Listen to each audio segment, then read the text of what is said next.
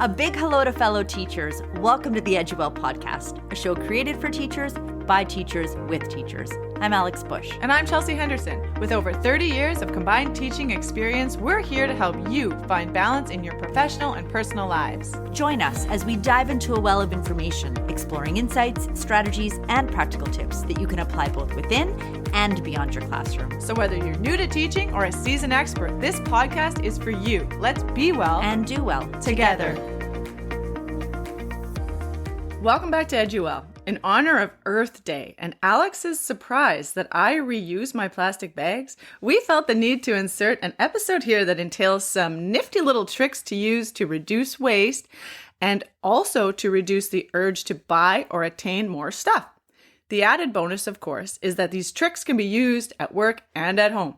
So we're going to do this ping-pong style, and the fun part is that we have not yet revealed to each other what tips we are bringing to the ping pong table. So I will be very interested to see what thrifty ideas you have, Alex. Are you ready to bring it on?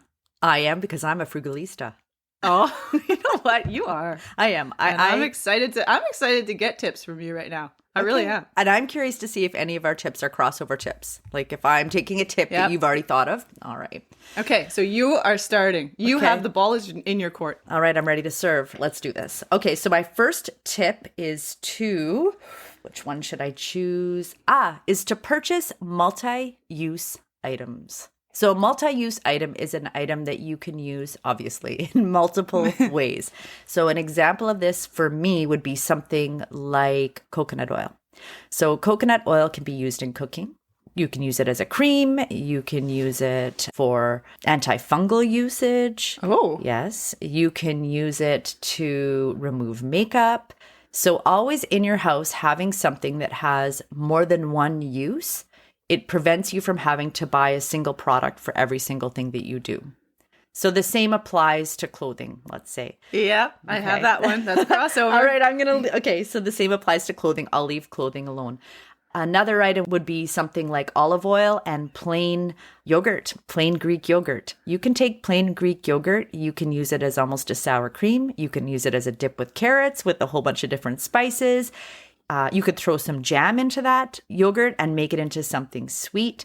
The options are endless. So for me, when I'm buying things, I try not to buy super specific food products or beauty products. I try to use things that are usable in multiple ways. Oh, and vinegar. I mean, the things that you can do with vinegar, phenomenal. And baking soda. Yeah, also cleaning products. Awesome. But let's not leave clothes alone, because that was one of my add-ons. And it's a really, really good one, right? Mm-hmm. Because it's going to save you money and you're going to get a lot of use out of those clothes. So I do aim to buy clothing that I can wear at home and at work. It's not going to work for everything, but I'm more into the casual style now, so it works for me.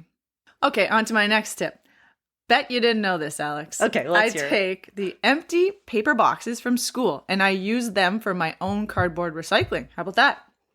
So on my way out of school, I'll grab an empty paper box, the boxes that paper are stored in, and I'll take it home, and over the course of a week or two, I'll flatten out my own cardboard and put it into that paper box, which is going to be recycled anyway, and this saves me on buying recycling bags. Ooh, that's a really smart one. And I use less plastic, so there you go. So something that already exists, using it again in a different way, not having to go and purchase something, and saving the environment from plastic. Good summary. Loving that. All right, this one is called fridge to freezer, and I did a little bit of an alliteration to honor. Good job. Thank you. Yeah. So fridge to freezer for me is something that I've started doing with inflation and with reading articles about how food waste is a way that we can cut back on food waste. And in doing so, you save money and you're also helping the environment. And I think you'll find with all these tips that you're saving money and you're helping the environment. You're moving towards minimalism too.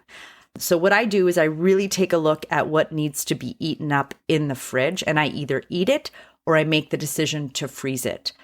I always overbuy groceries. I like to have fresh produce. If, let's say, the oranges are starting to go a little bit and I know I'm not going to be able to eat them all up, or the spinach, I make sure that I either cut it up or bag it up and I put it up into the freezer, and I'll throw it into a smoothie at a later date with the end goal of never throwing anything out. And do you know what the worst for me is leftovers. I love leftovers. Mm-hmm. I find though that I often end up eating out or something and not using up the leftovers in a timely way. So I've started freezing them right away. And then that leftover meal is new and special, let's say 3 weeks later, a month later. And then I'm never wasting food. So this is an environmental tip that has really worked for me lately. And I've noticed a difference in how much garbage I am putting out once a week. Our family is down quite a bit in how much garbage we're producing. And I think it's partially because I am no longer throwing out, leftovers that are a bit past their prime or veggies that, you're always going to choose the new stuff. So prioritizing eating up the good stuff is key. Good plan. Yeah. And it helps you with the prep it and forget it method. You can use that stuff later on when you have the time to maybe do some food prep. You can still use what you have in your freezer. So I love that. I'm going to go to my tip, which is totally related to that. And I mentioned this before about food prep with lunches. I'll throw any leftover veggies, they're about to go bad. I'll throw them into a power bowl or even saute them up to save them a little bit for lunches instead of just throwing them out. I also have spinach in here. So I'm looking at the spinach. I'm looking at the last red pepper. I'll chop them up and I'll throw those ingredients into egg cups. So, when you do the muffin cups and you beat the eggs and then you put them in the muffin cups with parchment paper, or you can grease them if you want to save on parchment cups. And then all of those little veggies go into the egg cups, and there's my breakfast for the week. This is all very helpful in making my mornings run a little bit more efficiently. My breakfast is ready. I'm out the door. I also think about stale bread. I make that into croutons. Super easy. You just break it up, throw it into a bowl, put some oil on it, get it in the oven for 15 minutes, and you have croutons for the whole week. So that's awesome. You can even make breadcrumbs with that too, but don't do it with seeds in your bread because that hurts the teeth. Okay, I have to say that the crouton idea is epic, and I'm going to have to do that with some of my bread that's going stale. Maybe I'll throw them up into the freezer to preserve it. Good plan. All right. So many options. Now, what if I jump back to one of your earlier ideas because it inspired me? And this is just one that I'm going to pull out and I'm going to dump one of my other ideas. All right. So you had talked about cardboard boxes. Right. So I'm going to pivot to classroom ideas. So you take all those cardboard boxes that you've collected over a long period of time. And we've talked in the past about on Fridays giving the kids free time to bond and build and do something. I've done classroom challenges whereby I've said, let's say at Halloween or at Christmas before the vacation, let's build a massive, let's say a gingerbread house out of cardboard boxes. And it's an art project. You can put the desks into groups of 4 and have it be a competition, or you can give every group a different kind of responsibility. And then you're reusing all of that cardboard as an art project and not having to open up new paper. And you're showing students what they can do with their time in a creative way with stuff that already exists. And of course, then you can recycle all of that cardboard when you're all done. And it's a bonding and it's a fun experience. And I've done this. I've done this at Halloween, and I've also done this at Christmas time. And I call it group art projects. And I mean, I've shut down the class for a few days doing this, and it's been epic. And you get really good learning skills out of activities like that. Yeah, tell me about it. And that is, dare I say, a rich task. And that is really fun. And you're not going out and buying 20 gingerbread houses, right? Exactly. Which are ultimately going in the garbage. Mm-hmm. And you can also go into the art room and grab a bunch of old paint and use it up for this experience. Because you do find that people are always opening up new materials as opposed to using up the old stuff. So use it as a way to kind of clean up old art materials and, offer those out to students. And it's kind of a purge and an art project. Very enjoyable. Okay. And so at home, I will often accumulate like an art bin, it's just like a Tupperware full of art stuff, right? And then my kids are kind of over it. They're growing out of it, etc. But then there's all of these odds and ends in there. I just take that to school and use it in a project like that too. So again, I'm not taking it and throwing it in the garbage. We're going to use it up at school. We're going to make awesome creations, and voila. Yeah. No waste. And this isn't just a young student thing. This can be for older students. They get on board, and it's a lot of fun. Okay. My final tip. Okay. It has to do with binder clips. These are my favorite little items. So it doesn't have much to do with waste so much as the usefulness of these little objects.